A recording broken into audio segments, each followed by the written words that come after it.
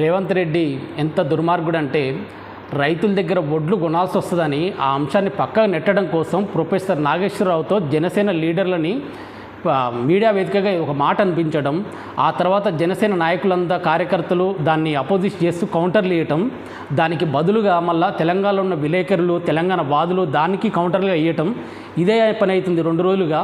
కానీ రైతుల దగ్గర ధాన్యం కొనాలనే అంశాన్ని మాత్రం పక్కదారి పట్టిపోయింది. ఈయన దానికి తోడు ఈయన ఏంటంటే ఆంధ్ర వాళ్ళ విగ్రహాలు ఎస్టాబ్లిష్ చేయడానికి వెళ్తున్నాడు, కానీ రైతుల కేంద్రం దగ్గరికి వెళ్ళి రైతుల దగ్గర అయితే ఒక్క వడ్ల గింజ కొనట్లేదు.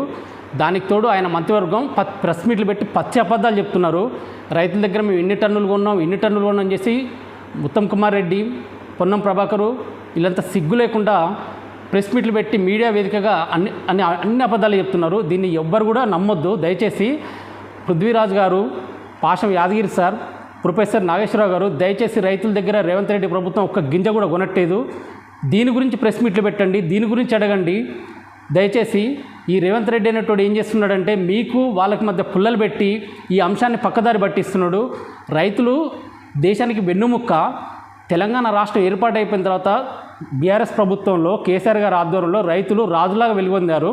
అది చూసి ఓర్వలేక కళ్ళల్లో నిప్పులు పోసుకున్నారు. రేవంత్ రెడ్డి వాళ్ళ కుటుంబాలను నాశనం చేయాలి, వాళ్ళ జీవితాలను లేకుండా చేయాలని చెప్పేసి అసలు ఫస్ట్ పంట వేసిన కాంచి నీళ్ళేమో ఆంధ్ర వాళ్ళకి అమ్ముకున్నాడు. దాని తర్వాతనేమో అది వాళ్ళు కింద మీద పడి వాటర్ ట్యాంకులు అవి తెప్పించుకొని దాన్ని పంట పండించి పంట ఎదకొచ్చే టైంకైతేనేమో మోడీకి భయపడి కేంద్ర ప్రభుత్వంతో కొట్లాడలేక యూరియా తెప్పించలేకపోయిండు చెప్పేసి రాహుల్ గాంధీకి పంపేయడానికైతేనేమో బస్తాలు డబ్బులు పోతాయి, కానీ రైతుల దగ్గర గింజలు కొనడానికి పోవడానికి మాత్రం ₹1 తీయట్లేదు రేవంత్ రెడ్డి.